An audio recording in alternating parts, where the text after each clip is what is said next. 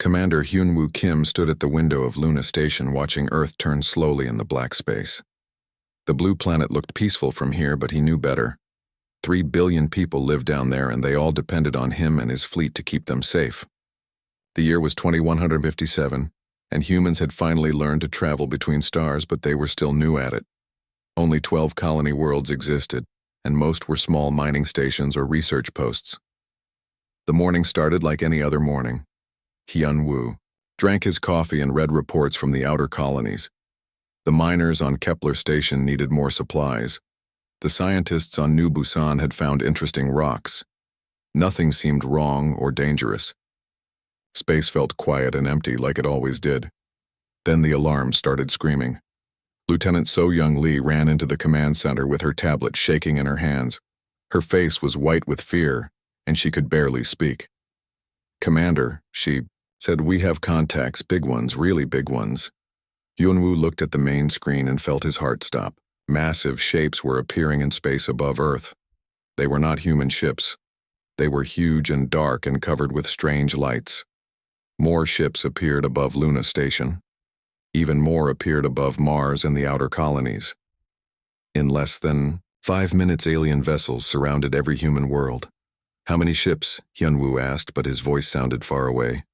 "Over 300, sir."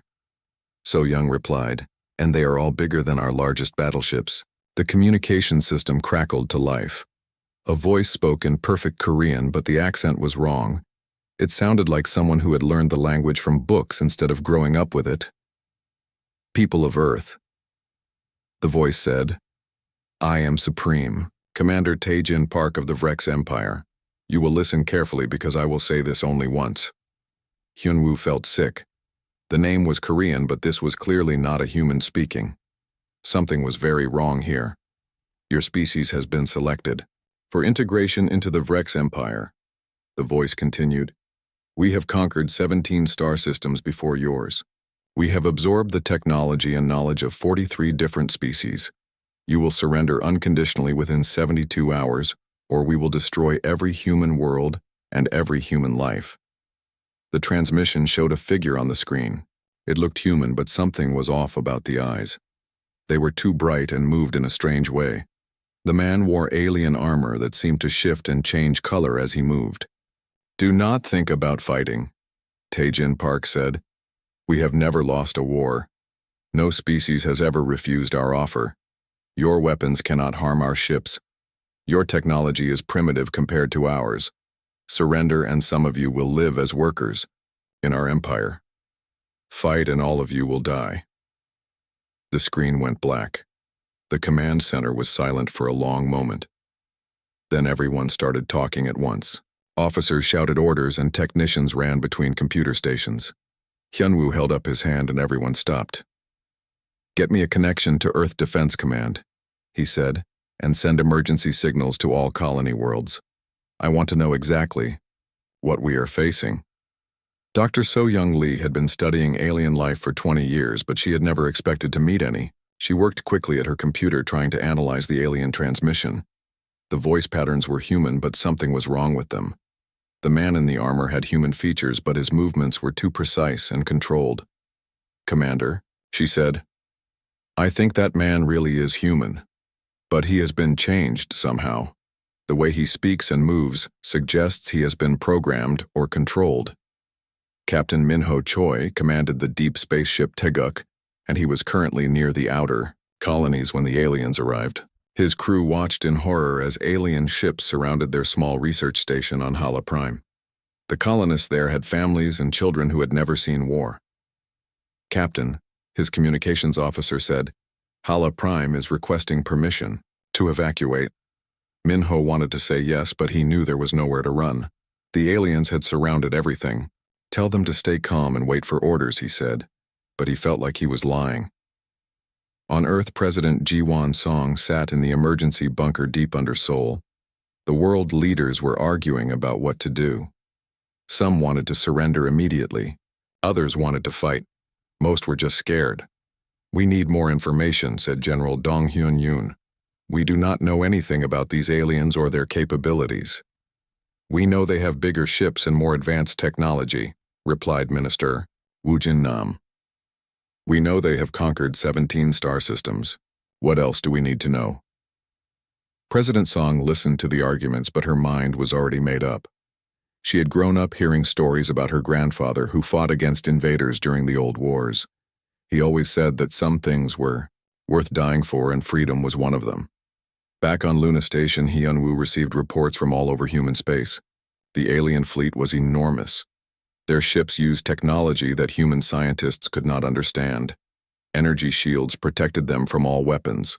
Their hulls were made of materials that did not exist in human space. But something bothered him about the alien ultimatum. Why give humans 72 hours if they were so powerful? Why not just attack immediately? Most conquerors did not waste time with warnings. So young Lee had been thinking the same thing. "Commander," she said, "I have been analyzing their communication patterns and ship formations. I think they want us to surrender without fighting." "Obviously," Hyunwoo replied. "No one wants unnecessary casualties." "No, sir." So Young shook her head. I think they need us to surrender without fighting. Look at their fleet positions. They are spread very thin. They have surrounded all our worlds, but each world only has a few ships defending it. If they were planning to fight a real war, they would concentrate their forces." Hyunwoo studied the tactical displays. She was right. The alien fleet was impressive, but it was also stretched across the entire human territory. Maybe they were not as strong as they appeared. The first day passed quietly. The aliens did not attack, but they also did not communicate again. Human ships moved into defensive positions, but everyone knew it was probably hopeless. The technology gap was too large. On the second day, Captain Min Ho Choi watched something that changed everything. A small mining colony tried to run away from their system. They loaded their families into transport ships and tried to escape. The alien ships did not try to stop them. Instead, they destroyed the entire colony world with a single massive weapon. The planet simply disappeared. One moment it was there, and the next moment there was only empty space and floating debris. Every person on that world died in seconds. Men, women, and children who had never hurt anyone were gone forever. Minho felt something cold and hard settle in his stomach. These aliens were not just conquerors. They were monsters who killed for no reason except to send a message. The news reached Earth within hours. President Song watched the footage of the destroyed world and felt her resolve strengthen. These aliens did not want to rule humans. They wanted to break them completely. "Call an emergency session," she told her staff. "It is time to make our decision." On the third day, with only hours left before the deadline, President Song stood before the cameras to address all of humanity. Her words would be transmitted to every human world and every human ship. "My fellow humans," she began, "we face a choice that will define our species forever. We can surrender and hope these aliens will treat us kindly. We can kneel and pray they will let some of us live as slaves, or we can stand and fight for the right to exist as free people." She paused and looked directly into the camera. "I have seen what happens to those who try to run.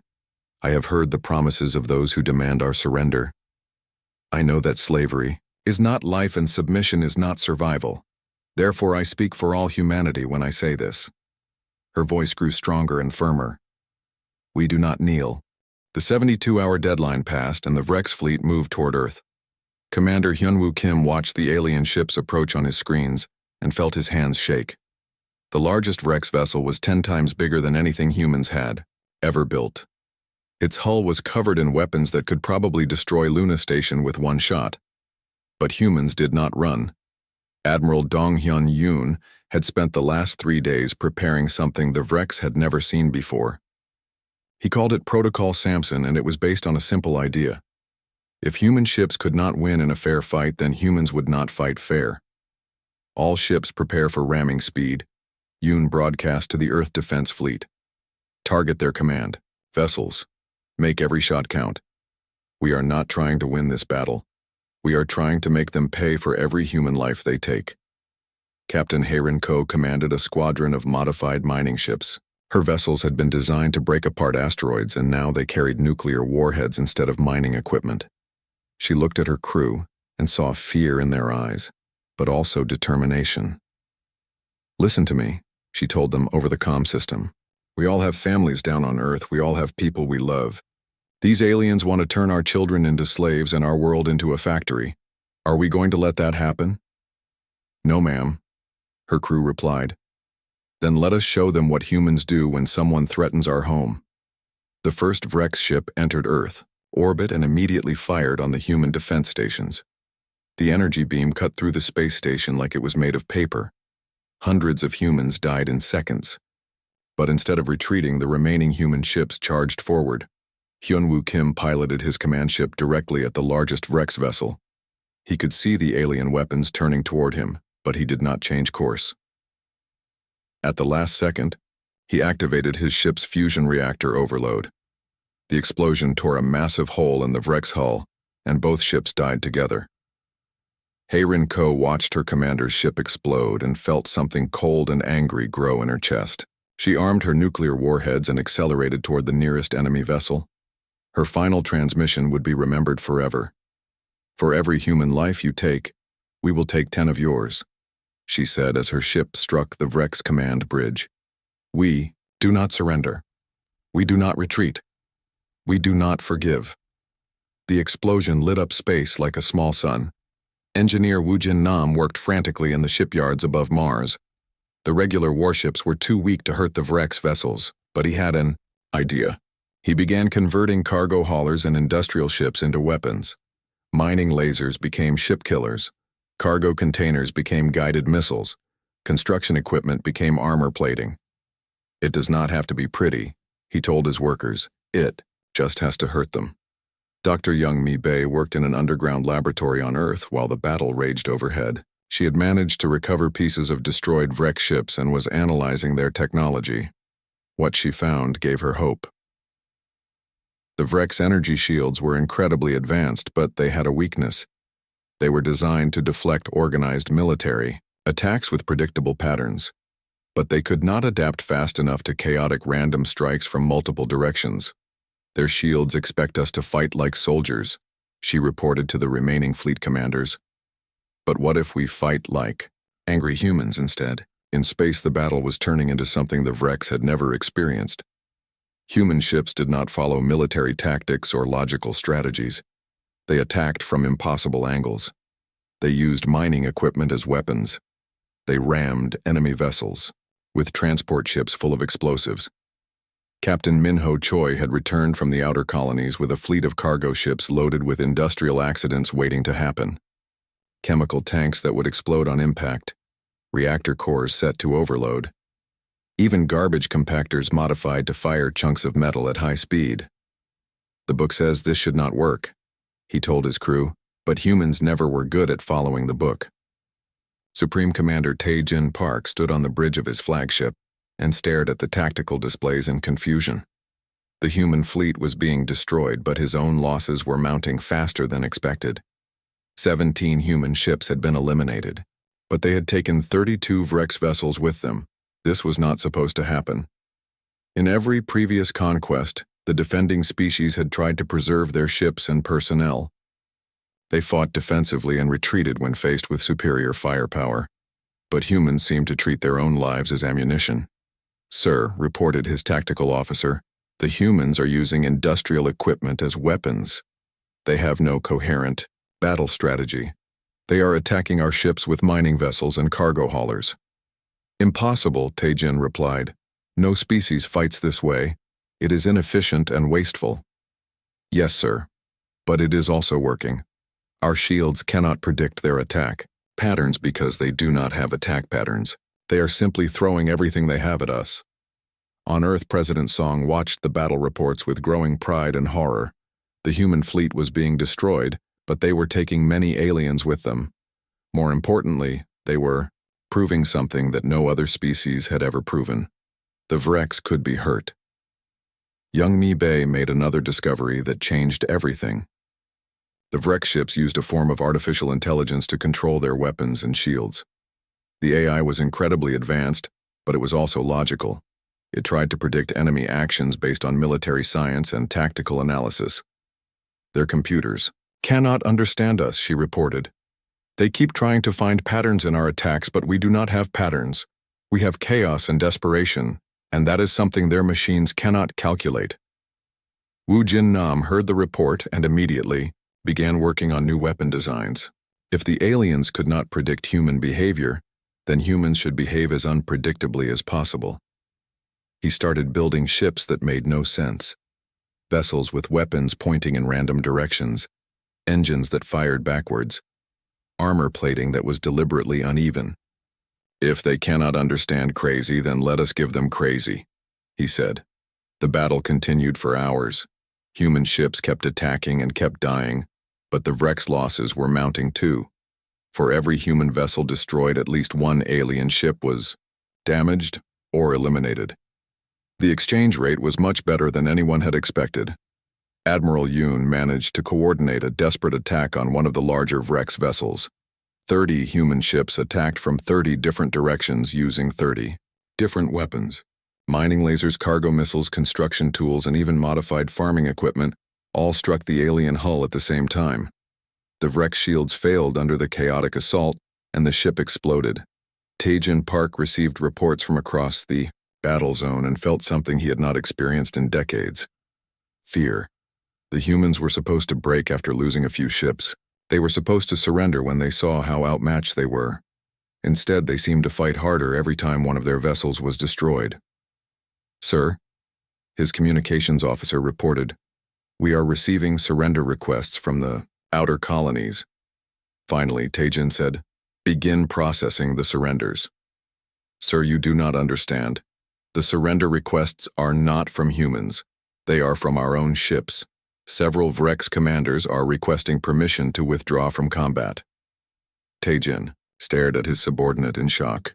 In the entire history of the Vrex Empire, no commander had ever requested withdrawal from battle against a primitive species. On Luna Station, the few surviving defense platforms kept firing at any alien ship that came within range. The station itself was heavily damaged and most of the crew was dead, but the weapons kept shooting. Chief Engineer Kang Soo-bin had rigged the defense systems to fire automatically, even if no one was left alive to operate them. If we die, she had told her team, we die fighting. As the day ended, Earth was still under attack, but something had changed. The Vrex fleet was damaged and confused. Their carefully planned assault had turned into a chaotic brawl with an enemy that refused to follow any rules. More importantly, news of the battle was spreading to other star systems. Species that had surrendered to the Virex decades ago were hearing impossible reports. The humans were actually fighting back. The humans were actually hurting the great Vrex Empire. In hidden colonies across Vrex territory, enslaved peoples began to whisper dangerous thoughts. If humans could resist, then maybe resistance was possible. If humans could hurt the Virex, then maybe the Virex were not invincible. President Song received the battle reports in her bunker deep under Seoul. The human fleet was nearly gone, but they had accomplished something amazing. They had proven that the Vrex could bleed. They had shown the galaxy that surrender was not the only option. Send a message to all human colonies, she ordered. Tell them what happened here today. Tell them that we stood and we fought and we made them pay for every inch of ground they took. What should we do now, ma'am? Asked her aide. Song looked at the tactical displays showing the burning remains of Earth's defense fleet. Then she looked at the damage reports from the Vrex ships and smiled grimly. Now, she said, we show them that destroying our fleet was the easy part. Wait until they try to land on our planet. 3 weeks after the space battle ended, the Vrex High Command received reports that shook their empire to its core. The casualty numbers from the human conflict were unlike anything in their military history. Supreme Commander Taejin Park had lost over 200 ships and 15,000 soldiers fighting a species that was supposed to surrender immediately. General Subin Kang read the battle reports in her private quarters on the Vrex homeworld. She was officially a Vrex military leader, but she had been born human on a colony world that the aliens conquered 30 years ago. The Vrex had taken her as a child and trained her to serve their empire, but they had never completely erased her memories. Now those memories were coming back stronger than ever. She remembered her mother singing lullabies in Korean. She remembered her father teaching her to read human books. She remembered the day the Vrex ships arrived, and everything changed forever. The reports from Earth described something impossible. Humans fighting back. Humans refusing to surrender. Humans dying for the idea that freedom was worth more than life itself. Subin had never seen anything like it in 3 decades of Vrex military service. She made a decision that would change the course of the war. She began secretly copying military files and sending them to human resistance cells on Earth. Dr. Jae-hyuk Oh worked in the ruins of Seoul trying to understand the alien technology. The city had been bombed during the invasion, but the underground research facilities were still functional. He had recovered several intact Vrex computer cores, and what he found in them terrified him. The Vrex were not just conquerors, they were refugees. The data files showed the real history of the Vrex Empire. Thousands of years ago, they had been a peaceful species living on a beautiful world. Then something called the Devourers had arrived, mechanical beings that consumed entire civilizations and absorbed their knowledge and technology. The Vrex had barely escaped their dying homeworld. They had spent centuries running from the Devourers and consuming other species to fuel their flight. Every conquest made them stronger but also more desperate. They were not trying to build an empire. They were trying to survive long enough to find something that could stop the machines. This changes everything, Jae-hyuk reported to the resistance leadership. The Vrex are not evil conquerors. They are terrified survivors who have become monsters while trying to stay alive. Captain Eun Shin led a team of human commandos on a dangerous mission. They had captured a small Vrex supply ship and were using it to infiltrate one of the alien command vessels. The ship's identification codes were still valid, and the Vrex crew was mostly automated, so there was a chance they could reach the data centers without being detected.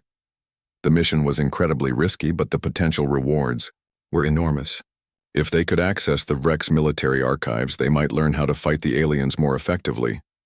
They might also learn why the Vrex were so desperate to conquer other species. Yoon-jung and her team moved through the alien ship wearing stolen Vrex uniforms and breathing masks to hide their human features. The corridors were dark and filled with strange machinery.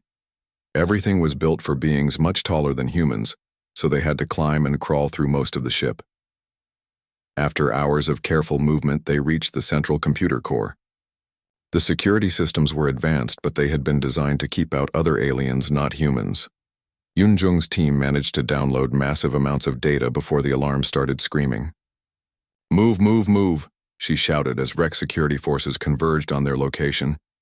"Get to the escape pods and transmit everything we found." The team split up and ran in different directions through the ship. Most of them did not make it out alive, but they had accomplished their mission.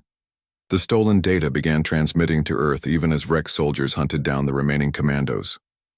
Back on Earth, Jae-hyuk received the new intelligence data and made a discovery that changed his understanding of the entire war. The files showed that humanity was not just another species for the Vrex to conquer. Humans represented something much more important. According to the Vrex archives, humans were the first species they had encountered that could actually fight back effectively. Every other civilization had either surrendered immediately or been destroyed quickly, but humans had managed to inflict serious casualties on the Vrex fleet using inferior technology and desperate tactics. More importantly, the data suggested that human unpredictability might be exactly what was needed to fight the Devourers. The mechanical beings had defeated dozens of species by analyzing their military tactics and technological capabilities.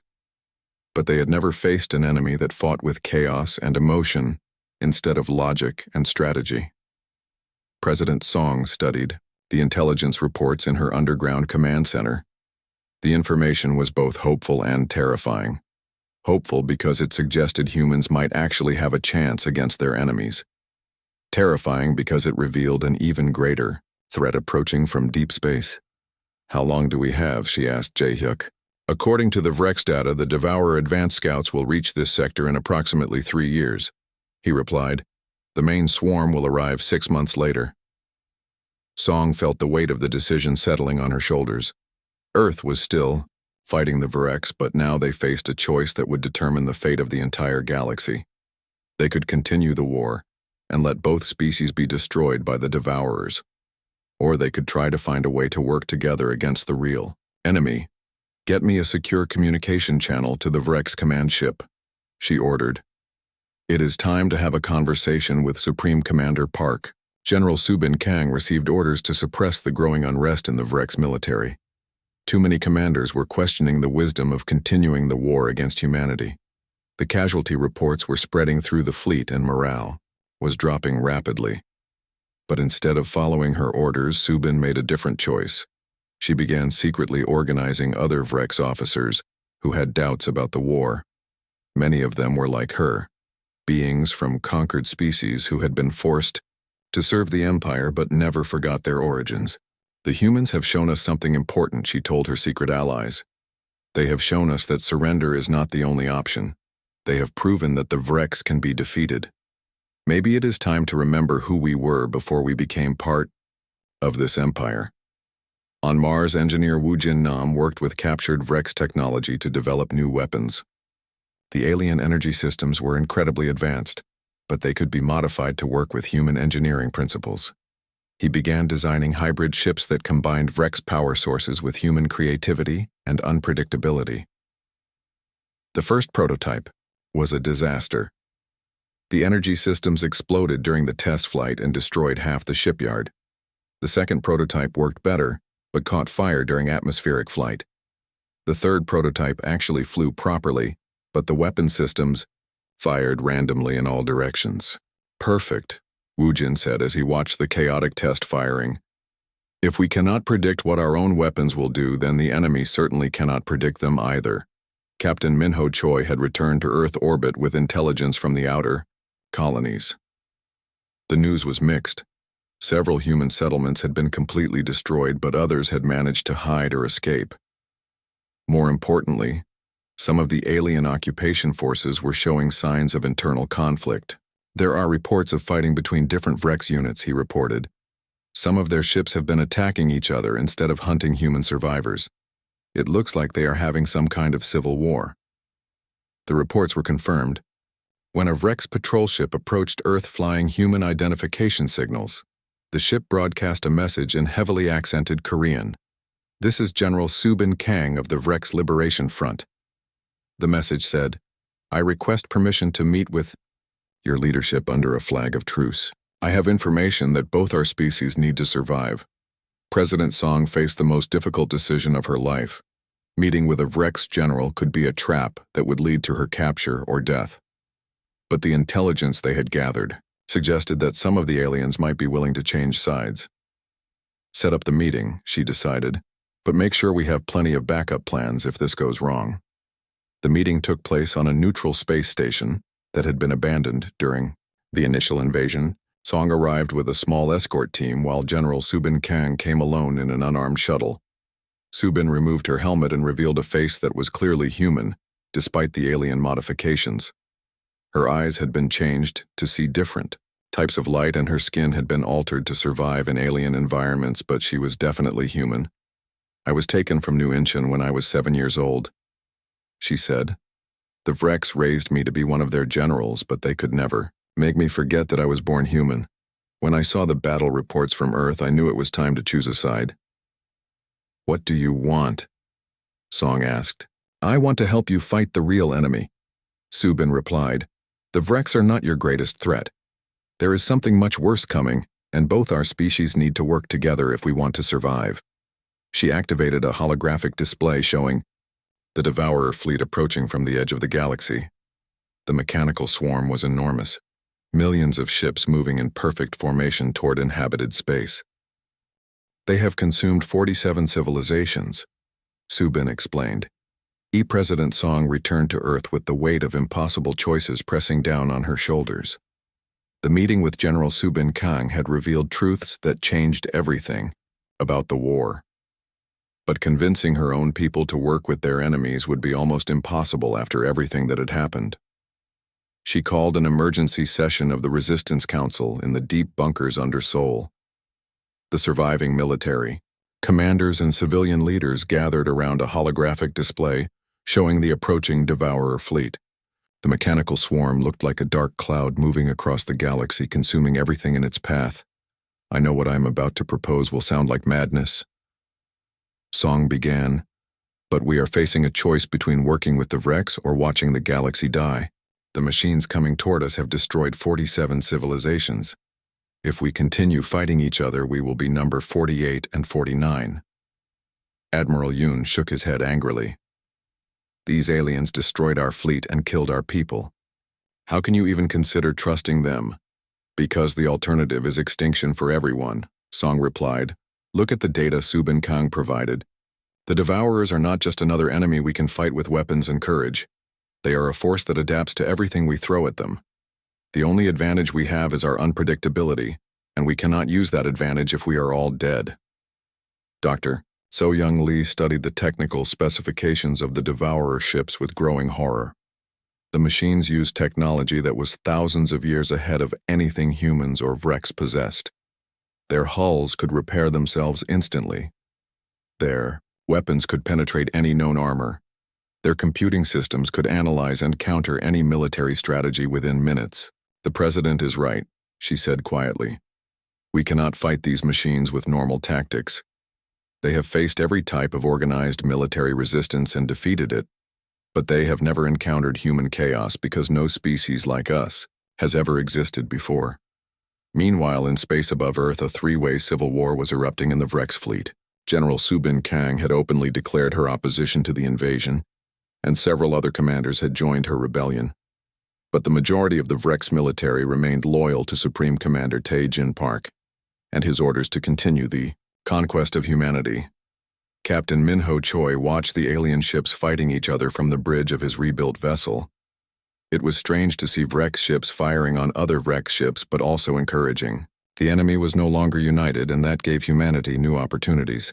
Should we attack them while they are distracted? His weapons officer asked. No, Minho replied. Let them fight each other for now. We will save our strength for when it really matters. Engineer Woo Jin Nam had been working around the clock to develop new weapons that could hurt the Devourers. The captured Vrex technology was incredibly advanced, but it was also logical and predictable. The machines would be able to analyze it and develop countermeasures very quickly. But human engineering was different. Human designs were full of inefficiencies and random elements that served no logical purpose. Wu Jin began building weapons that made no sense from an engineering perspective, but might confuse mechanical minds that expected everything to be optimized. His latest creation was a missile that changed its targeting system randomly during flight. Sometimes it aimed for the most logical target. Sometimes it aimed for the least logical target. Sometimes it just flew in circles until something interesting appeared. No computer could predict what it would do because the missile itself did not know what it would do. It is completely insane, his assistant said. Exactly. Wu Jin smiled. Insanity is the one weapon the machines cannot counter because they cannot understand it. Dr. Young Mi Bei made a breakthrough while studying the Devourer technology samples. The machines used a form of collective intelligence, where every unit shared information with every other unit instantly. This made them incredibly efficient, but it also created a potential weakness. If we could disrupt their communication network, she reported, we might be able to cause system-wide confusion. The individual units would lose coordination and start making mistakes. How do we disrupt something that advanced? Asked President Song. We do not try to break their technology, Young Mi replied. We try to overwhelm it with so much chaotic information that it cannot process everything at once. We flood their network with pure human randomness. The plan was ambitious and desperate.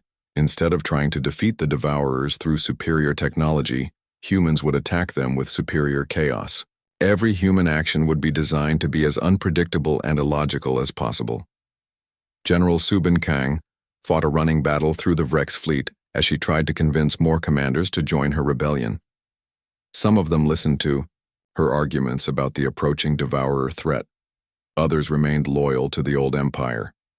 The fighting split the alien fleet into dozens of small factions, all struggling for control. Supreme Commander Tae Jin Park watched his empire tear itself apart and felt centuries of careful planning crumble around him. The human resistance had been supposed to last only a few days. Instead, it had triggered a civil war that threatened to destroy the Vrex completely. He made a desperate decision and ordered all loyal ships to begin bombardment of Earth. If he could not conquer the planet quickly, then he would destroy it completely, and move on to easier targets before the Devourers arrived. The orbital bombardment began at dawn on a Tuesday. Energy beams rained down from space, turning cities into glass and mountains into craters. Millions of humans died in the first hour as the planet burned under alien fire. But humans did not break. President Song coordinated the resistance from deep underground bunkers while the surface of her world was destroyed. The plan to work with moderate Vrex had failed, but the plan to fight the Devourers was still possible. She opened communication channels to every human settlement in the galaxy. This is President Song broadcasting to all human colonies and ships. She said, "Earth is burning, but we are not defeated. The aliens think they can break us by destroying our cities, but they do not understand who we are. We are the species that survived ice ages and plagues and world wars. We are the people who explored dangerous oceans and climbed impossible mountains just to see what was on the other side." Her voice carried across space to mining stations and research colonies and hidden rebel bases. Humans throughout the galaxy stopped what they were doing and listened to their leader speak from the burning remains of their homeworld. A greater threat is coming. Song continued, "Machines that want to consume all organic life in the galaxy. The Vrex know about these machines, and some of them want to work with us to fight them. Others want to destroy us before the machines arrive. We cannot control what the aliens choose, but we can control what we choose." She paused and looked at the tactical displays showing Earth under bombardment. Entire continents were on fire, but people were still fighting in the ruins. "I choose to fight for the right of all thinking beings to exist.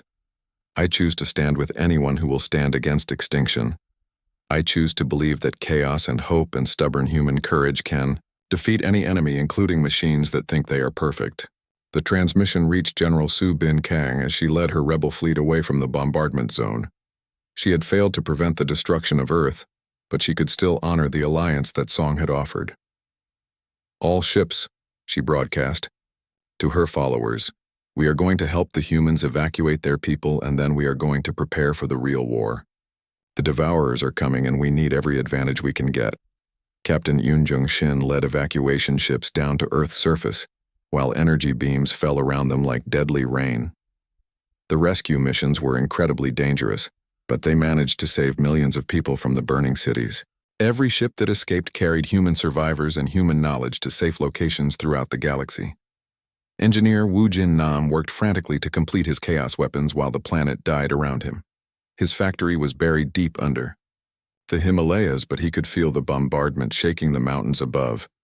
He had to finish the prototype weapons before Earth became completely uninhabitable. "How much time do we have?" he asked his remaining staff. "The bombardment will reach this sector in approximately 6 hours, came the reply. "After that, the surface temperature will be too high for human survival." "Then we work for 6 hours, Wu Jin said, "and we finish everything we can." Dr. Jae Hyuk made one final discovery in the ruins of his laboratory. He had been analyzing Devourer technology and found something that changed his understanding of the entire conflict. The machines were not just destroyers, they were collectors. Every species they consumed became part of their collective intelligence. Every civilization they absorbed added to their knowledge and capabilities. The Devourers did not want to eliminate organic life. They wanted to transform it into something purely mechanical and logical. That is why they cannot understand us, he realized. They have absorbed dozens of logical species, but never anything like humans. Our chaos and emotion and irrationality are completely alien to them. We represent something they have never encountered and cannot predict. As Earth burned the scattered Humaver, the combined human and Vrex fleet gathered in the Kuiper Belt 3 years after Earth burned. Admiral Dong Hyun Yoon stood on the bridge of his flagship, looking at the most unusual military force in galactic history. Human ships built from salvaged materials flew alongside Vrex vessels that had defected from their own empire. Mining ships converted into weapons platforms worked with alien technology that most humans could not even pronounce. General Su Bin Kang commanded the Vrex Liberation fleet from her rebuilt command ship. Half her crew were humans who had learned to operate alien technology, and half were Vrex who had chosen freedom over empire. The mixture should not have worked, but somehow it did. Contact on long-range sensors, reported Captain Minho Choi from his scouting position. The Devourer advance fleet is entering the outer system. Everyone turned to look at the tactical displays and felt their hearts stop. The mechanical fleet was enormous beyond comprehension. Thousands of ships moved in perfect formation like a cloud of death approaching the inner planets. Each vessel was the size of a small moon and covered with weapons that could destroy entire worlds. But Admiral Yoon smiled as he studied the enemy formation. "Look at how they move," he said to his staff. "Perfect coordination, perfect spacing, perfect tactical efficiency. They are flying exactly the way military computers would predict." President Song had relocated her government to a hidden base on one of Jupiter's moons. From there, she coordinated the defense of what remained of human civilization. The loss of Earth still hurt, but it had also freed humanity from the need to protect fixed positions. Now they could fight the way humans fought best, with mobility and unpredictability. "All ships prepare for combat," she broadcast to the combined fleet. "Remember that we are not trying to defeat them in a fair fight. We are trying to confuse them so badly that they defeat themselves." Engineer Wu Jin Nam had spent 3 years perfecting his chaos weapons, and now he was ready to test them against the ultimate enemy. His ships carried missiles that changed targets randomly, energy weapons that fired in impossible patterns, shield generators that turned on and off for no logical reason. "Deploy the confusion array," he ordered his technical teams. "Let us show these machines what real chaos looks like." Dr. Youngmi Bei monitored the Devourer communication networks from her mobile laboratory. The mechanical beings were constantly sharing information with each other about enemy positions and capabilities. Their collective intelligence made them incredibly efficient, but it also made them vulnerable to information overload. "Begin random signal transmission," she ordered. "Flood their networks with every kind of meaningless data we can generate. Music files, technical manuals, cooking recipes, poetry, anything that will clog up their processing systems." The battle began when Captain Hei-Rin Ko attacked the lead Devourer ship with a squadron of modified garbage scows. The vessels had been designed to collect space debris, and now they launched clouds of random junk at the enemy fleet. Old furniture, broken machinery, discarded clothing, and expired food supplies scattered across space in chaotic patterns. The Devourer weapons systems tried to target the incoming debris, but could not calculate logical threat assessments for objects like kitchen tables and worn-out shoes. Their defensive computers became overloaded trying to process targeting data for thousands of completely harmless but utterly unpredictable objects. While the machines were distracted by garbage, human warships attacked from impossible angles using weapons that made no sense. Mining lasers modified to fire backwards struck targets behind the ships that launched them. Missiles programmed to miss their targets on purpose flew past enemy vessels and then turned around to attack from unexpected directions. Supreme Commander Tae-Jin Park watched the battle from his remaining flagship and felt his understanding of warfare collapse completely.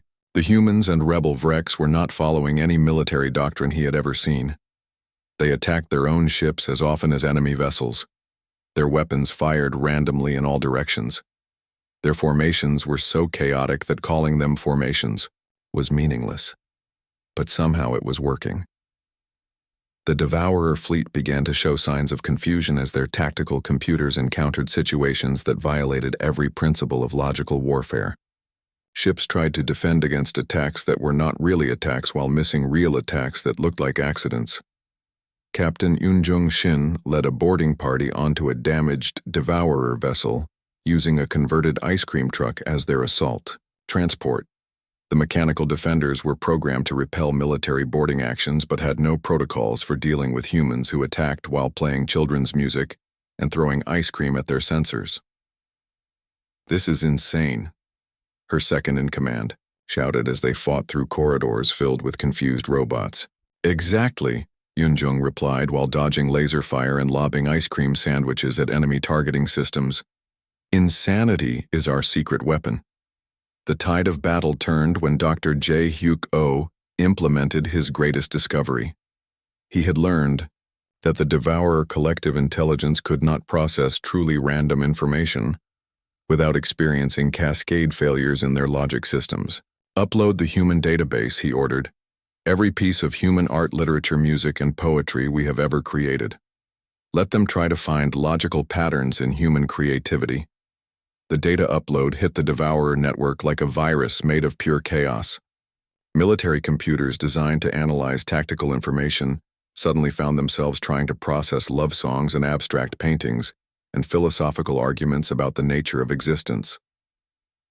The mechanical ships began to malfunction as their artificial minds struggled with concepts like beauty and sadness and hope. Some vessels started firing on their own fleet. Others began broadcasting random selections from human poetry instead of tactical communications. It is working, Young Mai reported. Their network is experiencing massive system failures. They cannot process human emotions and artistic expression without corrupting their logical matrices.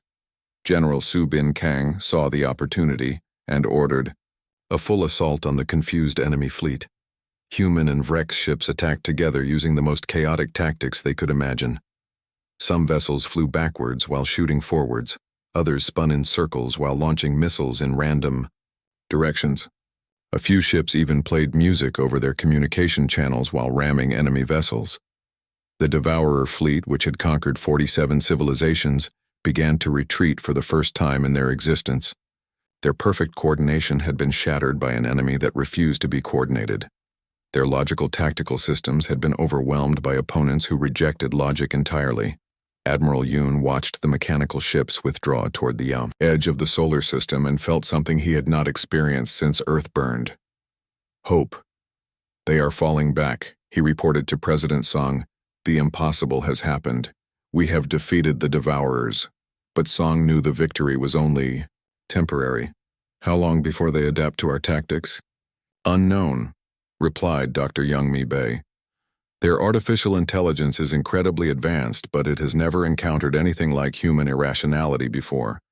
It might take them years to develop countermeasures, or it might take them days. Then, we use those days. Song decided. Send ships to every inhabited system in this sector. Tell them what happened here. Tell them that the Devourers can be defeated, but only if everyone works together to be as chaotic and unpredictable as possible. The message spread across the galaxy faster than anyone expected. Species that had hidden from the Devourers for centuries suddenly found the courage to fight back. Civilizations that had surrendered to the Vrex began to rebel.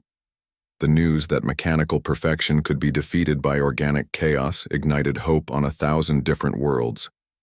Captain Min-ho Choi led the first joint human-Vrex diplomatic mission to contact other species and share the secrets of chaotic warfare. The reception was mixed. Some civilizations embraced the idea immediately. Others found it too difficult to abandon logical military thinking. But enough species joined the alliance to make a difference. 6 months later, President Song stood on the observation deck of New Seoul Station and looked out at the most unusual fleet in galactic history. Ships from dozens of different species flew together in formations that made no sense but somehow worked perfectly. Are we ready for the next phase?